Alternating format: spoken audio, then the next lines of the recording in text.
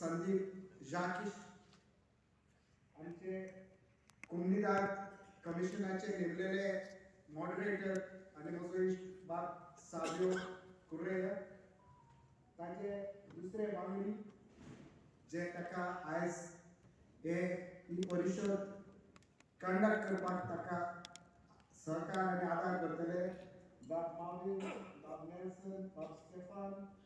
आनी बाब अविनाश आमचे नॉर्थ उत्तर गोंयचे आनी दक्षिण गोंयचे कलेक्टर्स मॅडम स्नेहा गीते आनी बाब अश्विन चंद्रू हांगासर हाजीर आसलेले इन द ऑडियन्स आमचे कारांबोलीचे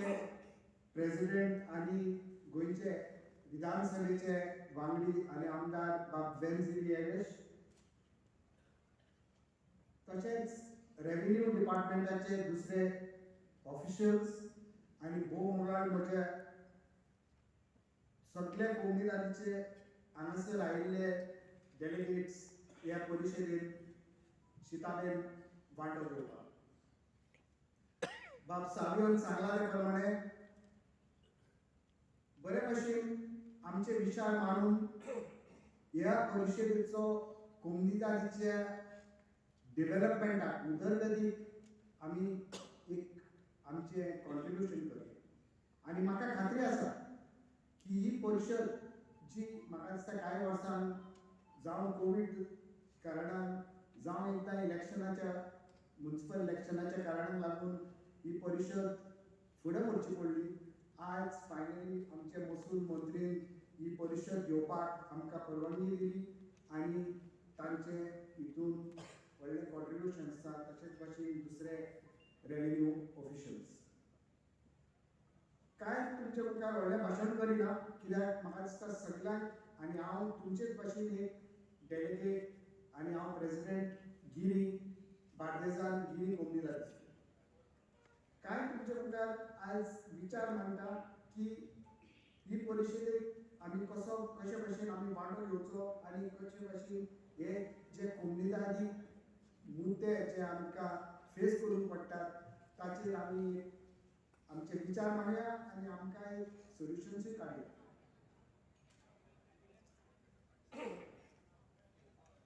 We all know that the legislative diploma 2070 of 15461 is a beneficial legislation for the benefit of administering, managing and governing this unique village cooperatives which are ancient bodies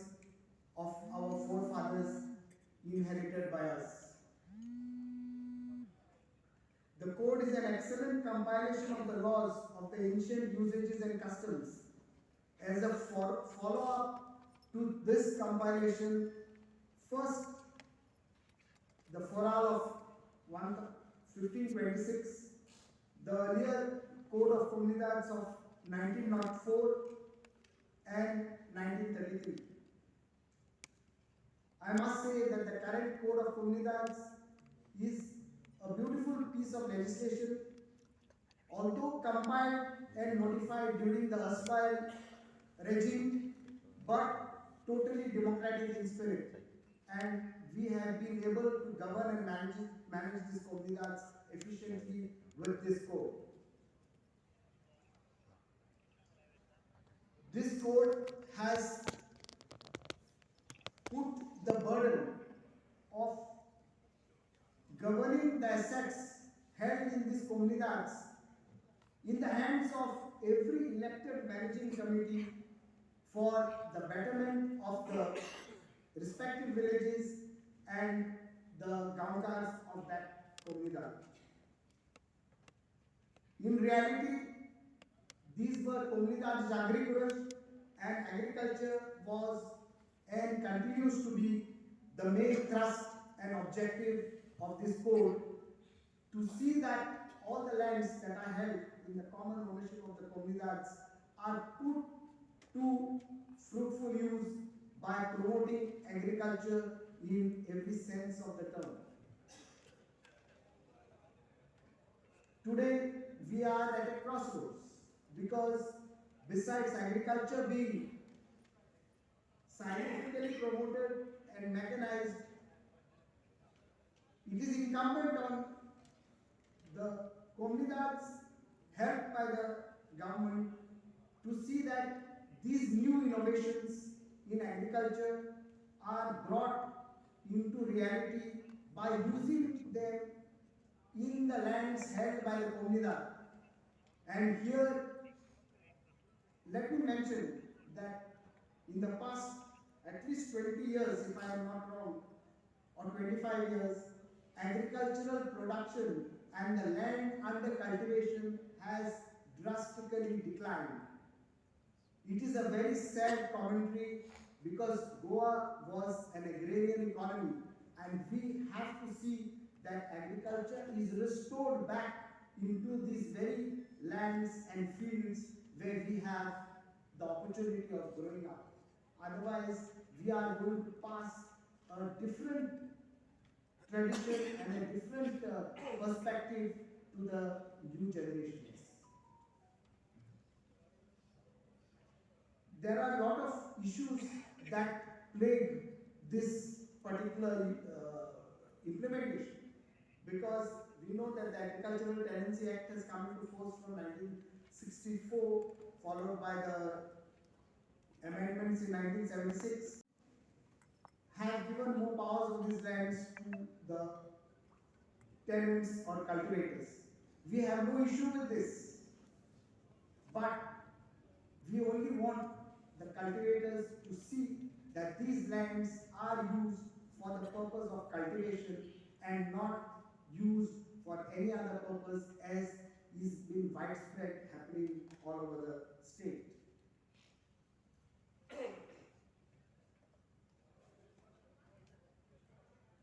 Comunidades, as envisaged in the earliest times, have been great vehicles of development and social change, and the committees have discharged their responsibilities from many years towards this direction. I must add that all these years, the lands of comunidades have been acquired by the government for development of infrastructure, bridges, roads, and other infrastructure facilities being created throughout the state. And the comunidades have been willing partners to the government to see that these infrastructure facilities are developed. The comunidades have never backed out, but the comunidades have always made a point to tell the government that when land is being acquired for commercial purposes like IDC, EDC, Housing Board, and many other facilities which give income to the government, the comunidades should be made stakeholders in such development, so that some benefits and profits from such a development do accrue to the comunidades and they become partners in the growth of this state.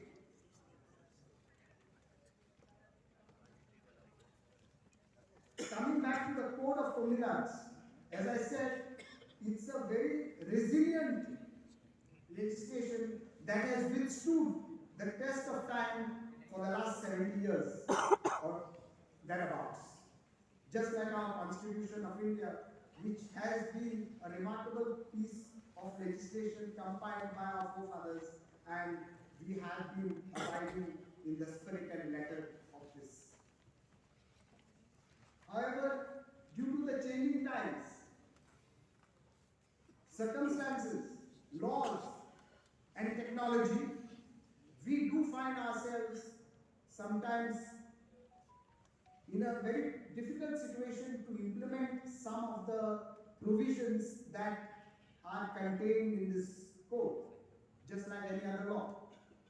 So what we need to tell the government that certain reforms, certain changes which are in the form of reforms need to be made to this piece of legislation,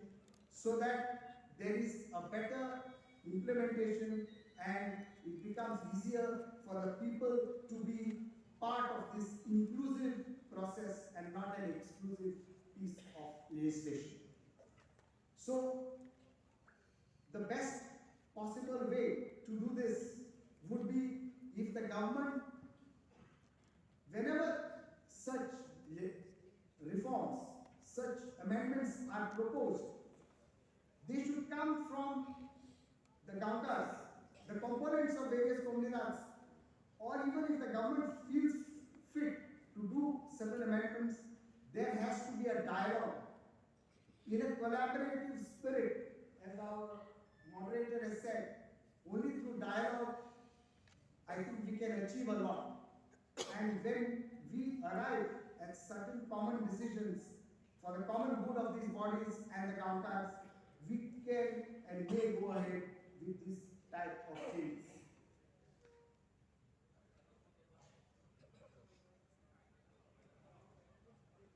Touching upon the administrative aspect of the comunidades, we know that all the comunidades, all the 223 comunidades in the state are being administered through the north and the south and the central zones. While the central zone administration and the administrative building was renovated and certain changes were done during the tenure of the previous Revenue Minister, Madam Jennifer Monsala, the north and the south administration buildings are in bad shape. We have even told the respective administrators' offices that the member comunidades who constitute the respective zones are ready to come forth with their voluntary contribution and see that these offices are restored to its old. They are all very good buildings, heritage buildings, and as an architect I can tell you, they value add to the heritage portfolio of the state. So let us see that our north and south zone buildings immediately are restored and the administration is toned up. Clerks need to be appointed.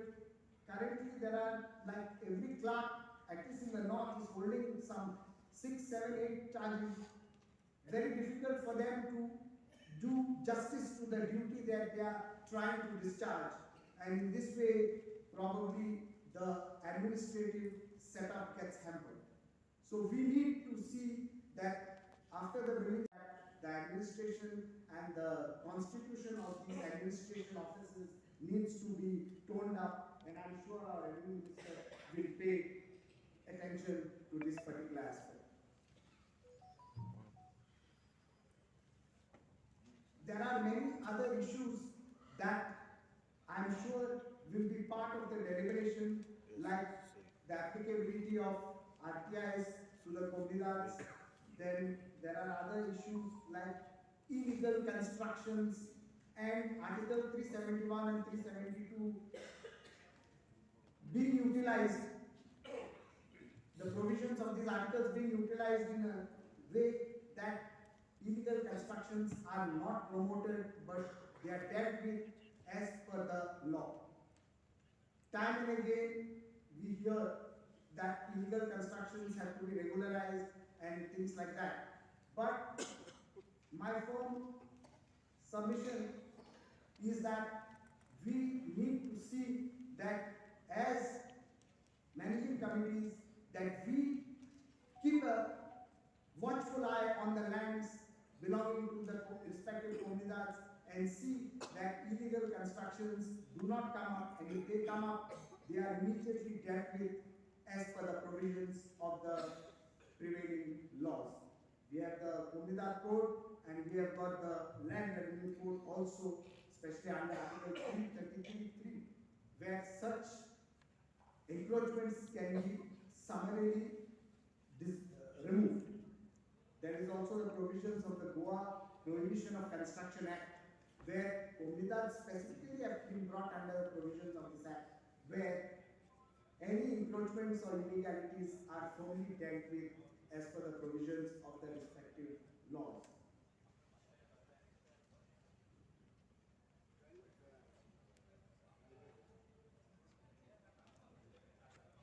The system of checks and balances in this comunidade code exists beautifully. If one goes to Article 30A to J